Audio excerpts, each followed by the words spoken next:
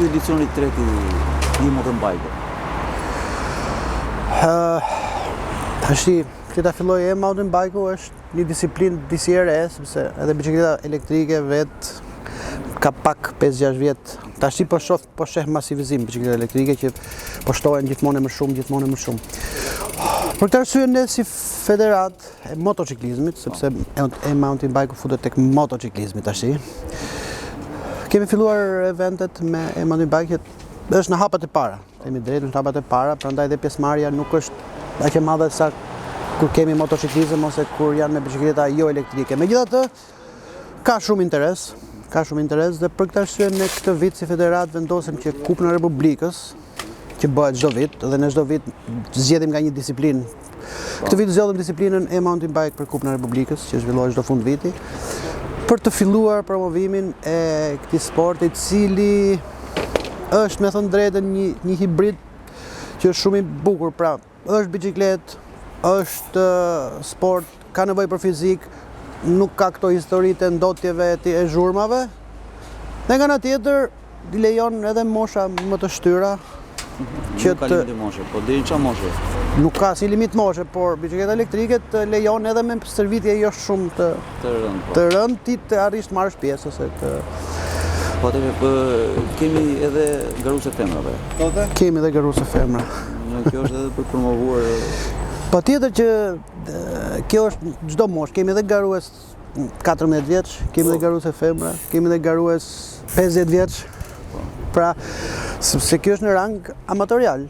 Pra, gjithë secili ka dëshirën me bicikletën vet të bën regjistrimin dhe merr pjesë në event. Eventi është garë, po është dhe turizëm njëkohësisht, sepse kjo është garë cross country që quhet, pra Tiranë, Berat, që kalon Kodrat, kalon Fusha, kalon Lumenj, mbrim Berat.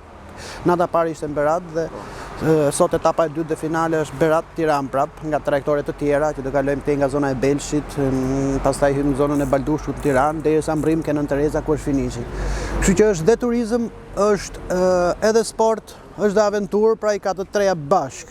Pra është një disiplinë e përbërë që për këtë arsye marrin pjesë më shumë persona, pra jep mundësinë më shumë njerëzve që të marrin pjesë si disiplinë dhe ne këtë kemi synimin që të filloj sport dhe turizëm bashkë, sepse sport, ngurtësisht sport, duhet të jesh sportist, duhet të jesh profesionist, duhet të bësh stërvitje, kurse kështu ti je një amator i avancuar dhe kënaqesh njësoj si kur të jesh një sportist. Trajnimi, juve nuk merrni për pjesën e trajnimit, apo merrni një orientim të Trajnimi është secili personal.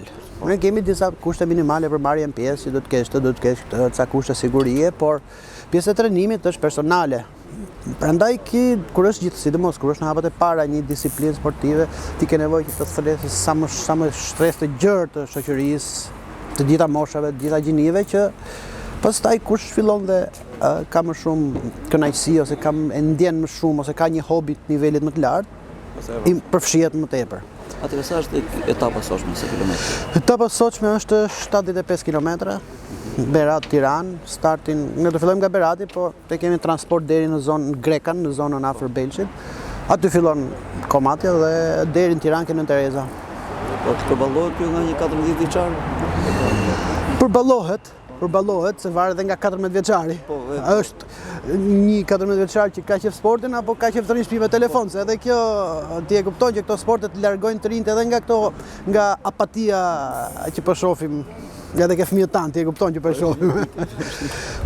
E përballon. Plus që kjo që në bicikleta elektrike ka këtë favor që duke qenë që të ndihmon dhe bateria, pra ti nuk je strikt ke vetëm forca e këmbëve, pra është dhe një fuqi motorike që shtyn. Kështu që rritet distanca, arrin të arrisë distancën. Atëherë kemi një mesazh për gjithë ta që kanë bicikletat jo elektrike. Jo elektrike është gjithmonë dhe përdorim, ne kemi bërë pothuajse çdo vit dhe me bicikleta jo elektrike. Po sigurisht ajo është dhe një pjesë që përket Federatës së Ciklizmit, sepse ata kanë kushte të tjera, kanë procedura të tjera ciklizmi dhe kurse ne si motociklizëm ne jemi përqendruar ke pjesa e bicikletave, ke pjesa elektrike, se ajo na përket edhe ndarja europiane kështu është bërë tani, pra edhe Federata Ndërkombëtare e Motociklizmit ka përfshirë dhe biçikletën elektrike që ka qenë pak jetime. Ka qenë disa vjet jetime që nuk e merrte as ciklizmi, as motociklizmi dhe tani Federata Ndërkombëtare ka vendosur që biçikleta elektrike të jetë pjesë e motociklizmit, kështu që edhe neve kemi filluar të bëjmë për motociklizmin. Ju falenderoj dhe suksese. Faleminderit edhe juve.